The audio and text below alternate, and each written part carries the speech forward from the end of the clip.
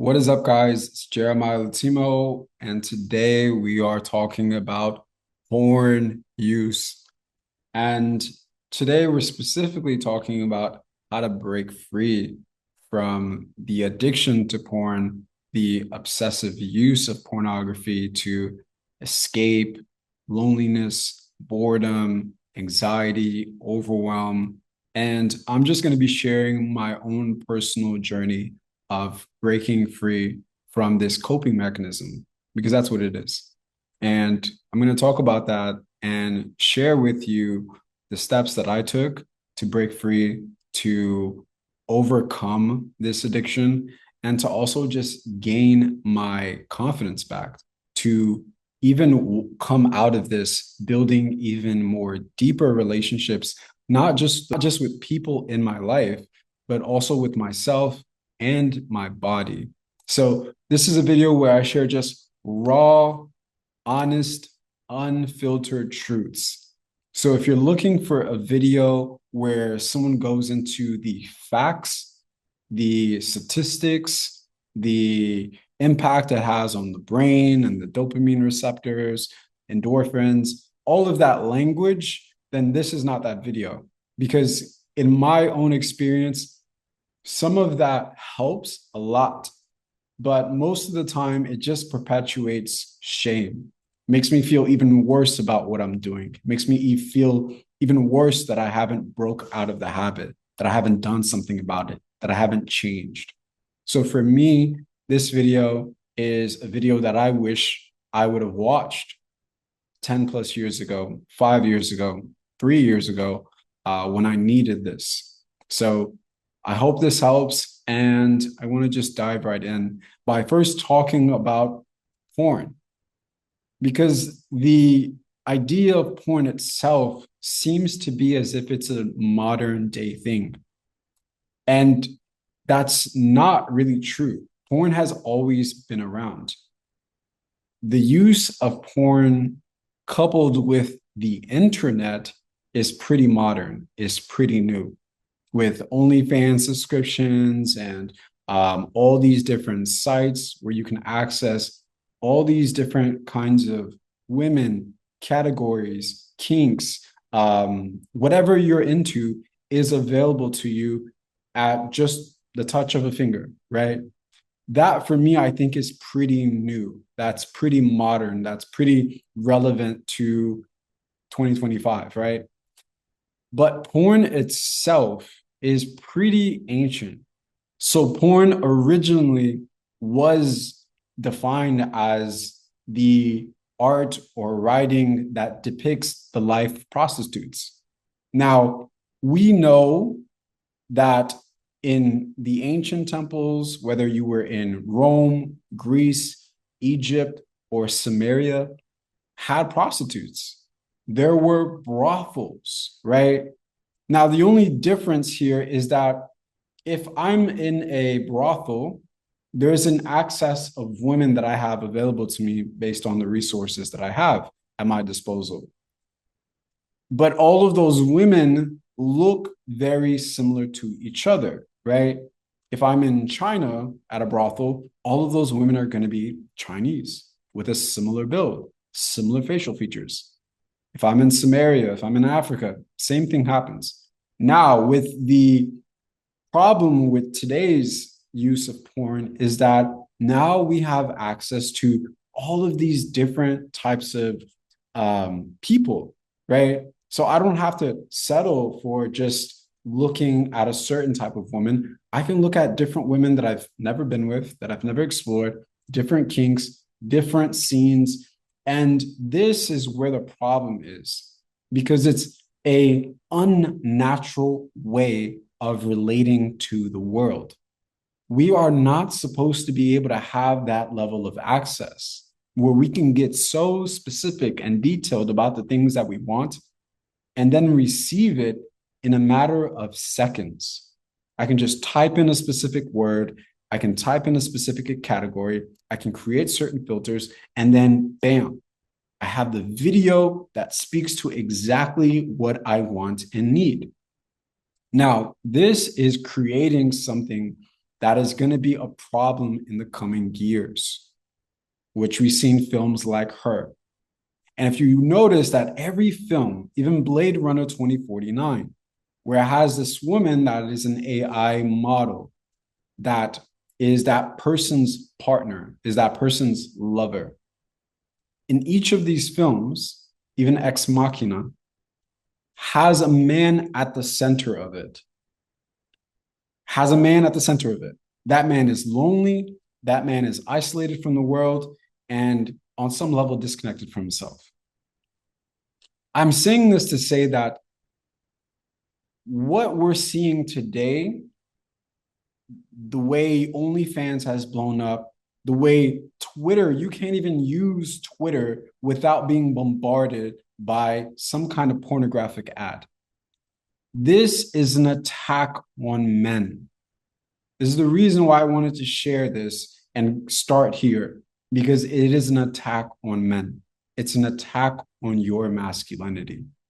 There will be a reality created where we'll be so isolated from ourselves, so isolated from our communities, so lonely that we'll start to even notice that we're being targeted as men for VR realities, for sex dolls, for all of these fake, artificial, synthetic relationships to intimacy, which is what I want to start getting into. Is this is what we're really craving, that porn use is not about sex.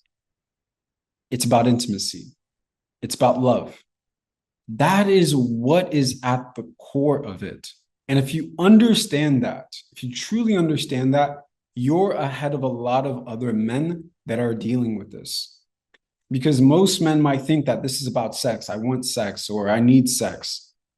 Maybe you're in a relationship and you're like, no, I'm not getting enough sex, so that's why I'm running to porn instead. It's not about sex, brother. It's not about sex.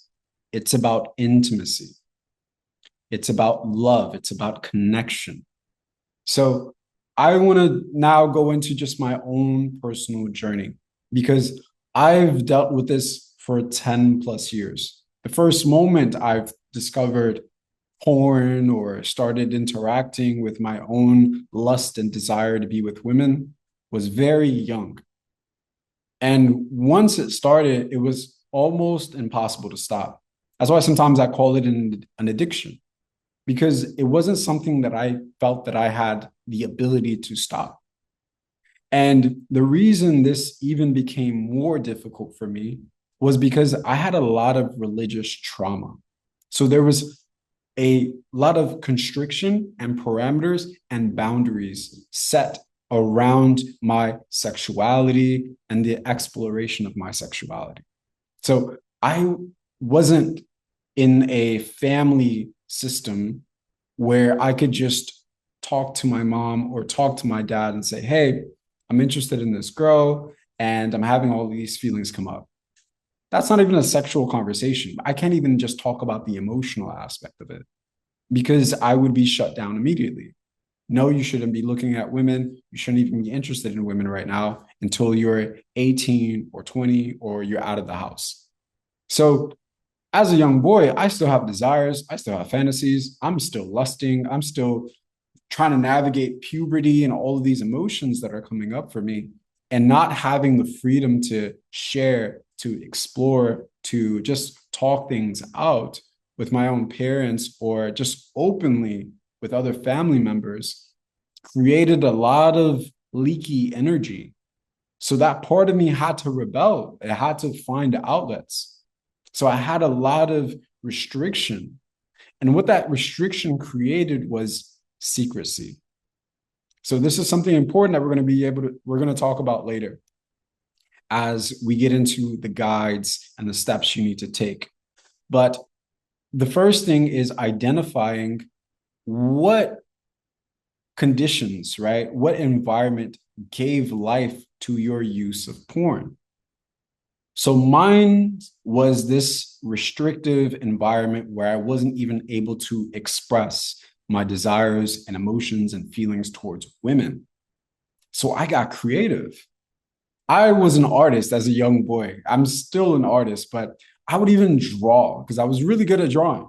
I would even draw naked girls just to have some interaction with my own sexuality and exploration of it.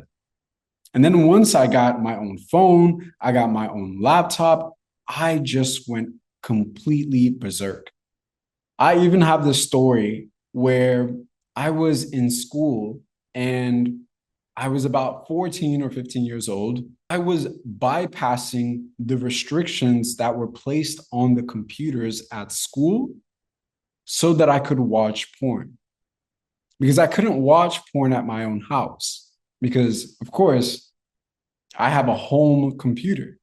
So my parents are always home.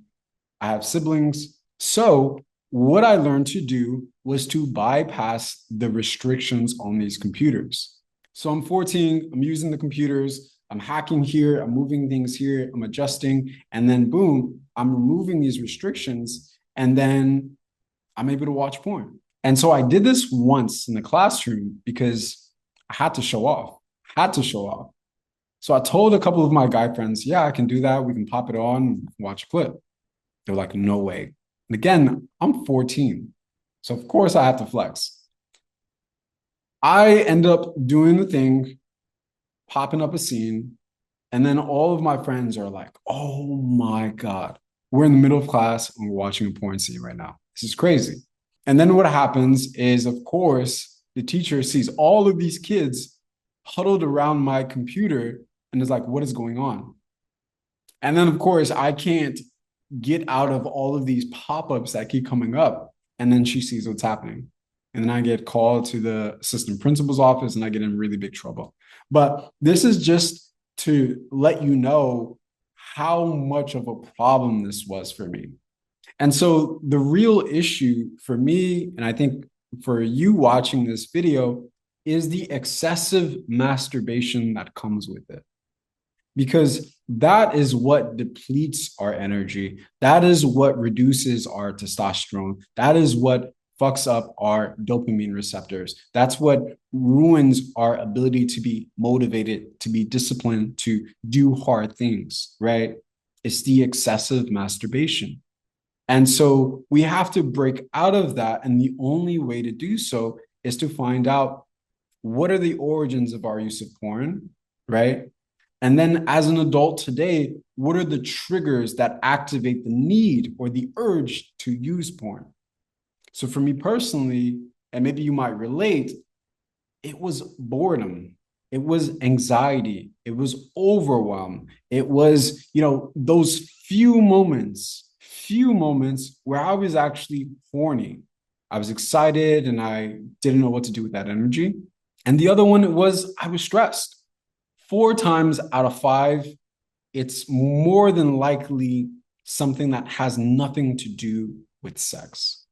I'm just stressed. And the only way I've learned to deal with that stress or that anxiety or that overwhelm is to sexualize it, to make it about women, to make it about me having some kind of sexual experience so that I can overcome this emotional pain or discomfort.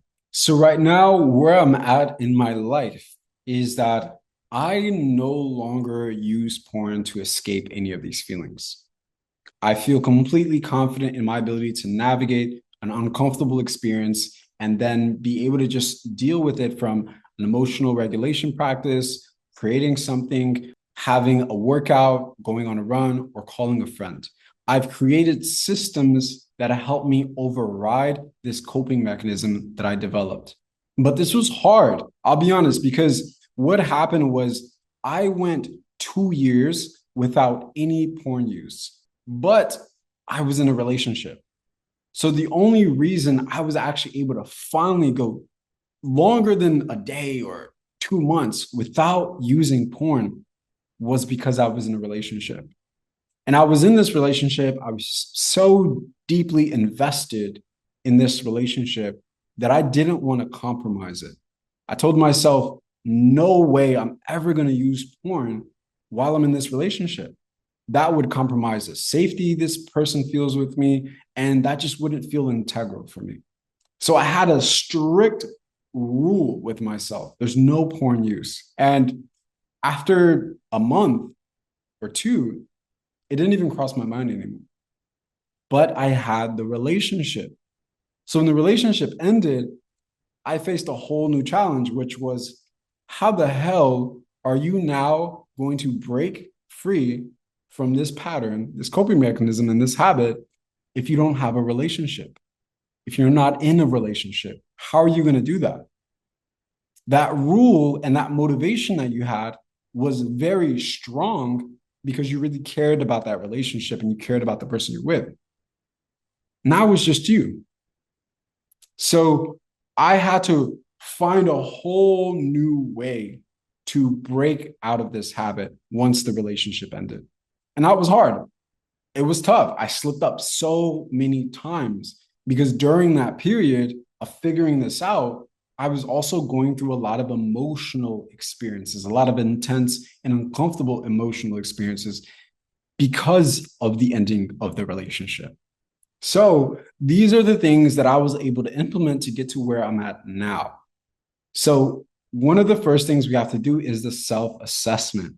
So after you watch this video, I want you to download my practical guide to breaking free from porn and gaining power over this habit.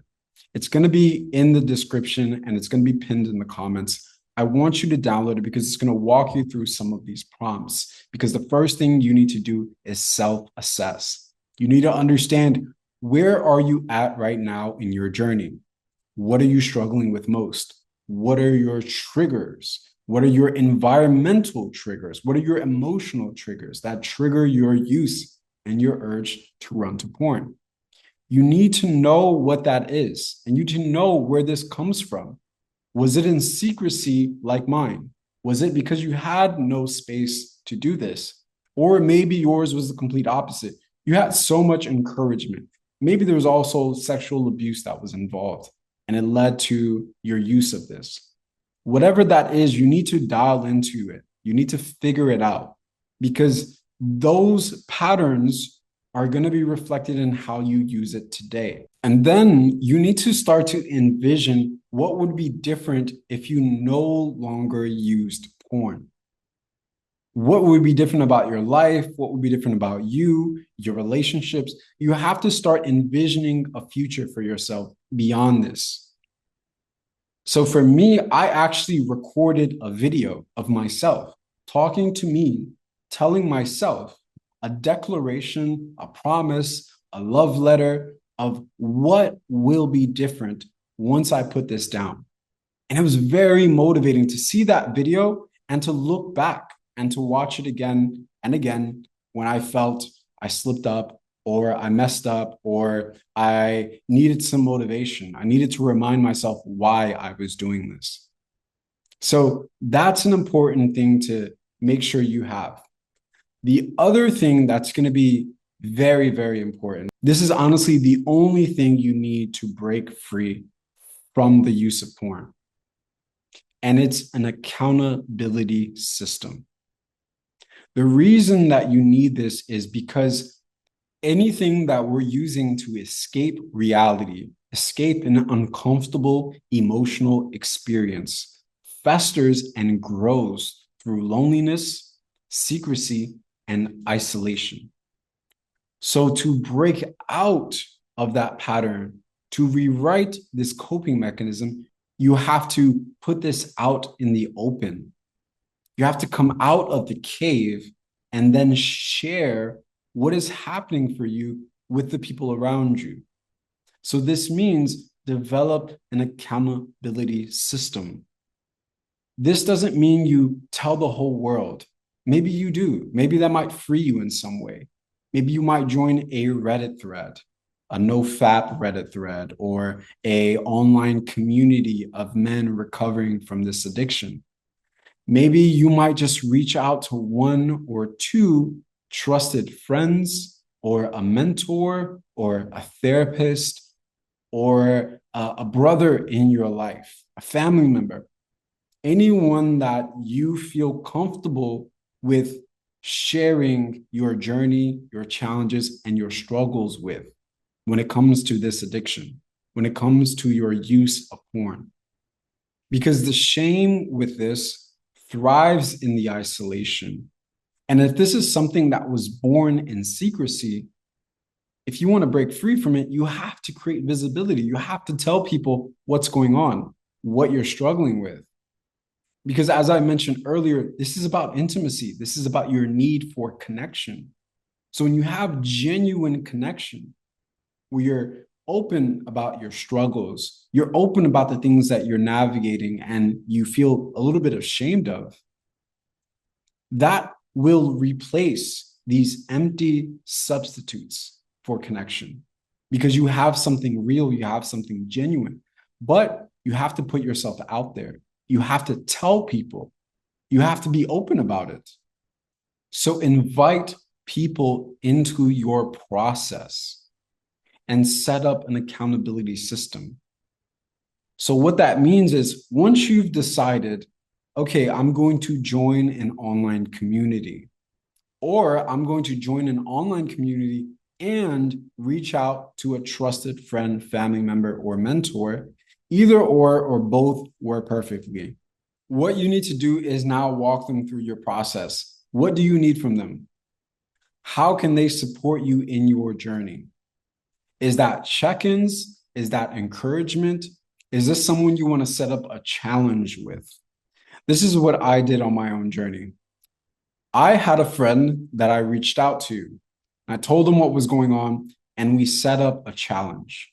So I told myself, hey, for the next 30 days, I'm going to challenge myself to break through the 30-day wall. And once I pierce through that, I feel really good to do another 30 days, and I'll keep going. But I need to do the first 30 days. So I'm going to need you to hold me accountable to this 30 days. Now, as men, our word means everything.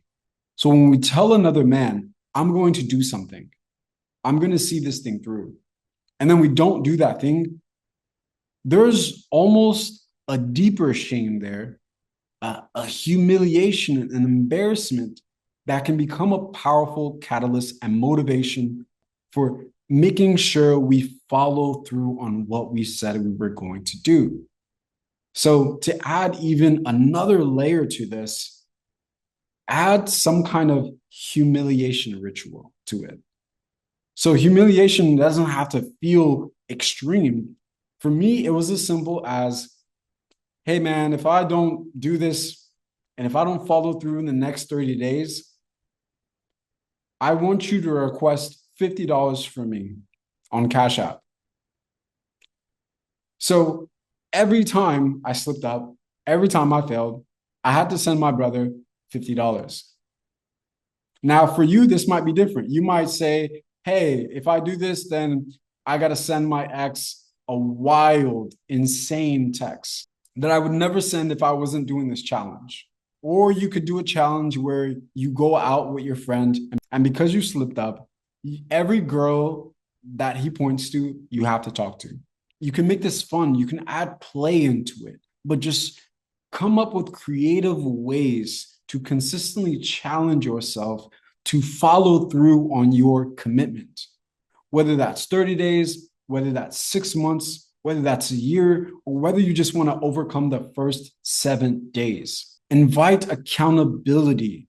Bring people into the process. Let them know what's happening and allow yourself to be challenged to follow through on what you said you were going to do. Because for me, if it's just me in here, I'm constantly going to talk myself into watching porn because it's a habit that I built for 10 plus years. It's very hard to break out of that if it's only me, my mind, and my habits, my shadows, and my coping mechanisms. It's very hard to overcome that if I don't bring in a third party to challenge me, to have a more eagle's eye view around what's happening.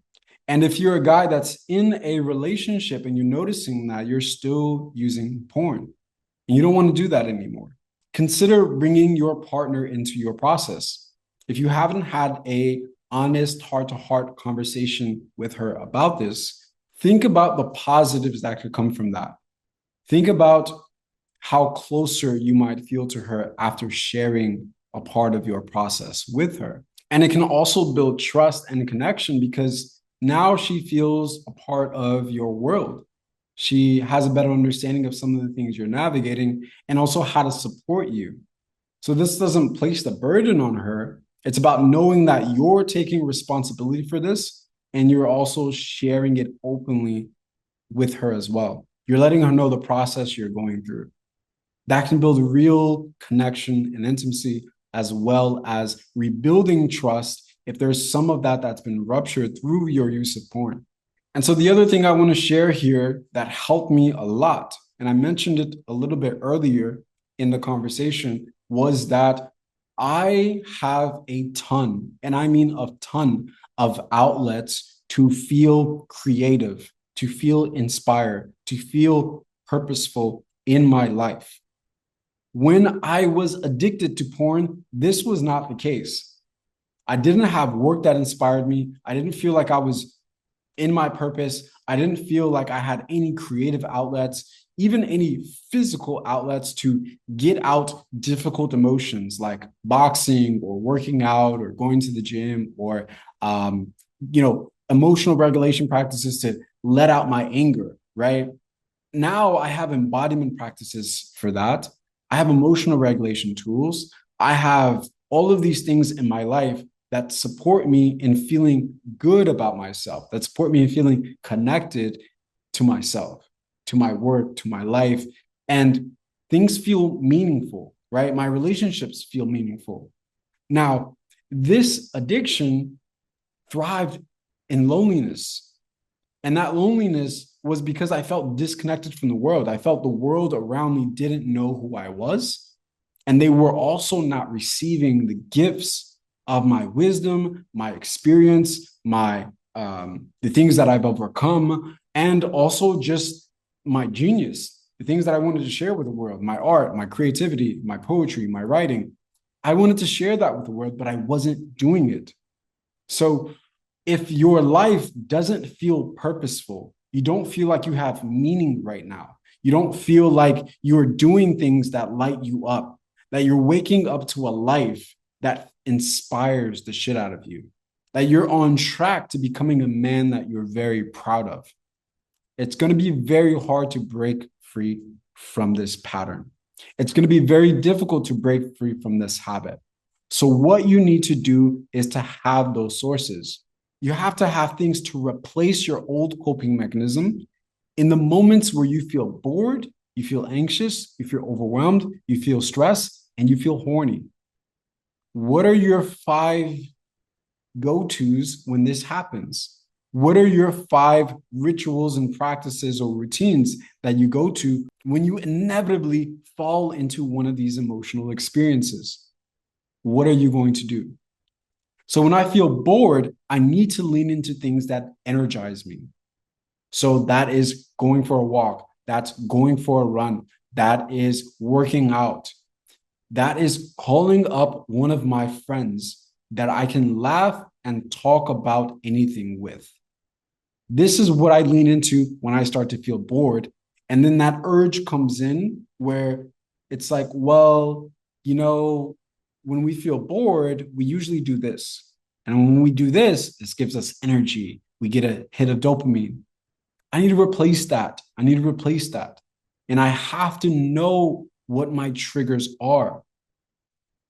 If boredom is one of my triggers, how do I usually cope with that?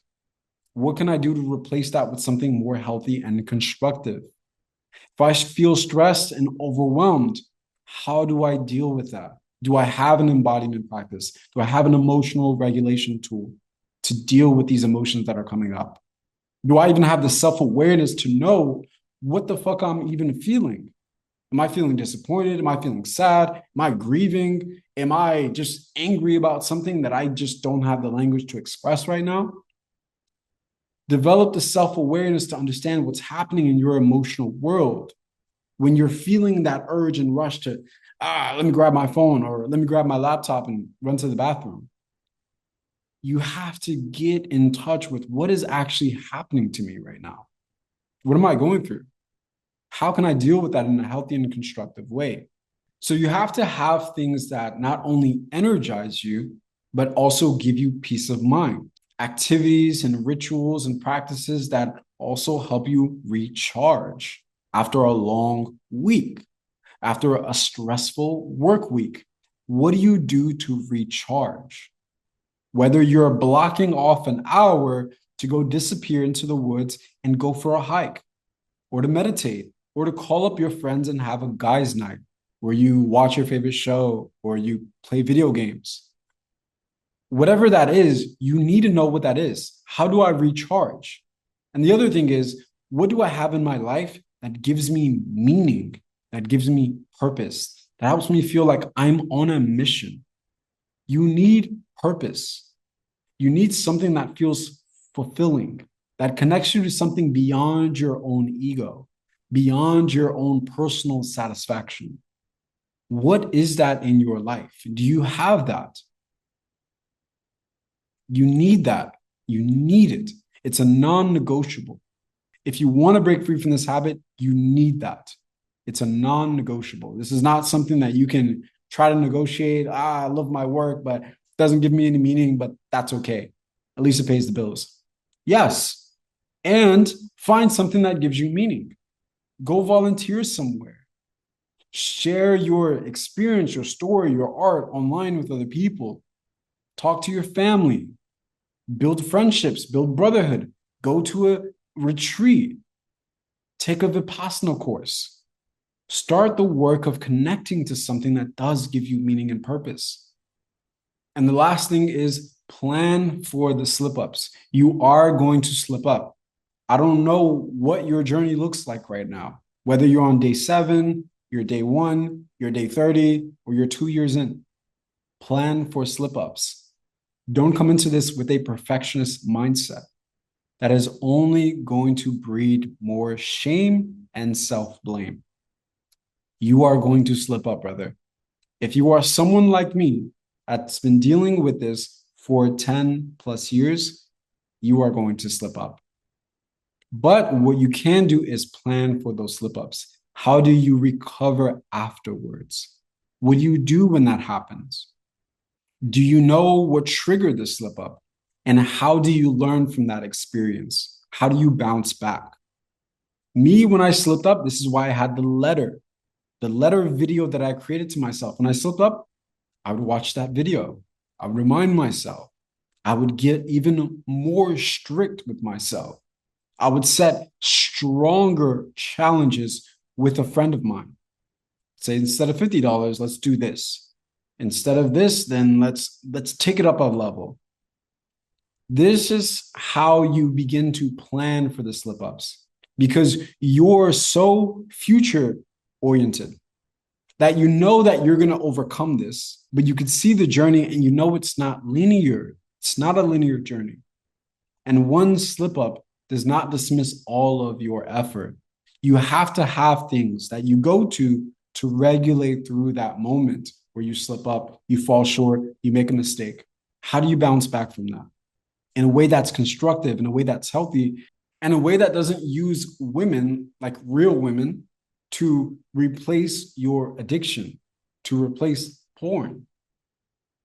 This is about being healthy and constructive, because we don't want to take one coping mechanism and then just replace it with another one that's just as destructive, that's just as problematic.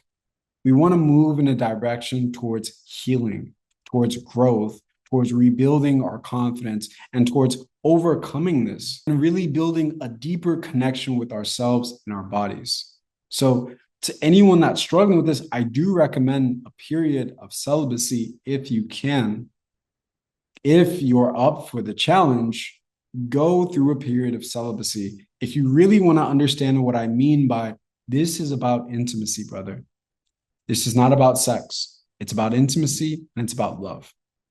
If you really want to feel the weight of what I just said, go through a period of celibacy.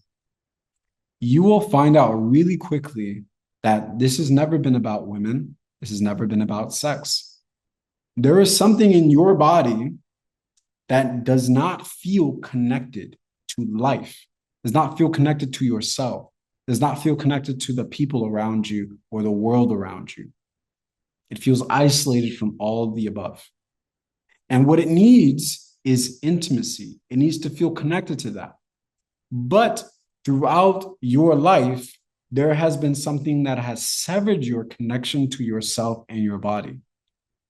And a big part of that is porn use. It's led you to confuse every emotional experience you've ever had with a desire to have sex, with a desire to masturbate, with a desire to be with a woman. Your body over time has become very desensitized. You are very numb to what is actually going on inside of your body. If your relationship, even with your phallus, your penis, is one where you only connect with it to get off really quickly, your penis is numb. There's no connection happening there. I want to share an example with you really quickly. There was a point in my journey where I was celibate for a while. And what kicked off this celibacy was this experience that I had where I really acknowledged the fact that I had sex with someone, but not because I wanted to, but because I felt obligated to. Now, this was a mind-blowing event for me because as a man, I'm conditioned to want sex. This is part of the male stereotype. All we think about is sex. All we want is sex. We will have sex with anything that breathes, anything that has a heartbeat. This is a stereotype. And I didn't realize how much of myself had internalized that to the point where I've had a sexual encounter and there was a part of me that didn't feel fulfilled afterwards. There was a part of me that was like, why did we do that? I didn't want that experience. I wish I said no. And the moment I actually dropped into that, I allowed myself to really feel my no. Like I didn't want to do that. I wish I didn't. I wanted something deeper maybe in that moment. I was flooded, and I mean flooded with tears for almost an hour. I asked myself, how many times have I done this? How many times have I denied what my body has naturally felt and then threw that out just so I can fulfill some kind of role that I believe as a man I'm supposed to be playing? This sexual predator and beast that just wants sex all the time. But in truth, yeah, maybe that's there, but I also want deep connection. I also want intimacy. I also want to feel close to someone. And that was the first moment for me in my journey as a man where that actually landed in my body. It wasn't just something that I thought of. I just thought of it conceptually or intellectually. It was something that I actually felt in my own body. And it was the first time that I just held myself. And I was like, damn, I'm so sorry. Every time this has come up, I've shut you down. I've denied you. I've said no. We got to do it anyway. And I was like, damn, is this a metaphor for other things in my life? How often is this going on? And so it had a snowball effect, a domino effect in my life. And this is what led to me going celibate and really exploring and getting to know myself. Because I realized I didn't know myself really. If I, throughout all of these years, have just denied these things, have shut it down, what else have I been lying to myself about? What other things am I desensitized to? What other things have I been numb to feeling?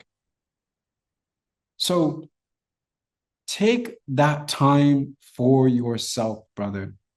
Get to know yourself again.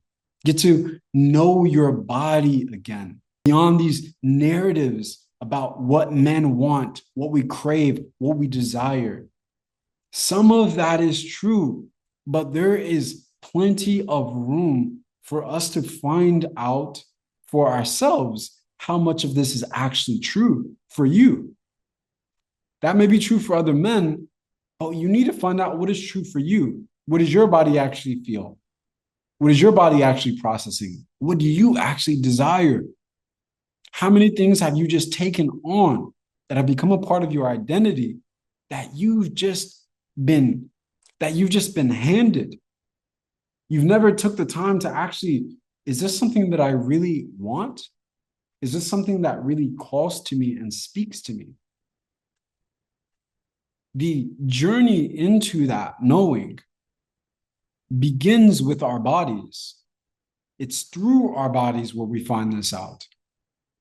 And if we're using sex as a cop out, as a way to hide from these uncomfortable truths, we will always be a slave to porn. We will always be a slave to sex, to women, because we don't want to face these uncomfortable truths.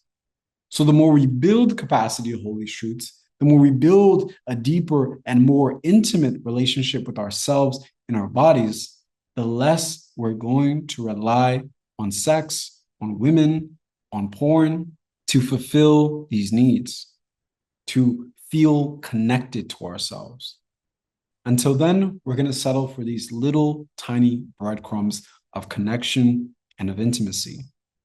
And we're going to rob ourselves, just as we've robbed ourselves of so much in the process. So if you're a guy that's on this journey, more power to you, brother. I hope this video has helped. Please make sure to download my guide after you've watched this video. Check it out. Let me know your thoughts. If you have anything you'd like to share, maybe your experience or anything that I've left out on this video that you would have included, share down in the comments. You could save another man that's on the journey and needed to hear what you just shared, needed to read your comment, needed to hear your side of this experience. Share your experience. Share the wisdom that you've cultivated. Share the challenges you faced. Bring us into your process. I'd love to hear from you.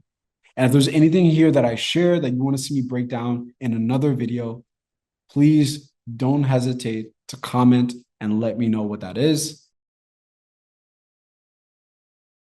Until then, I'll see you later, my friend.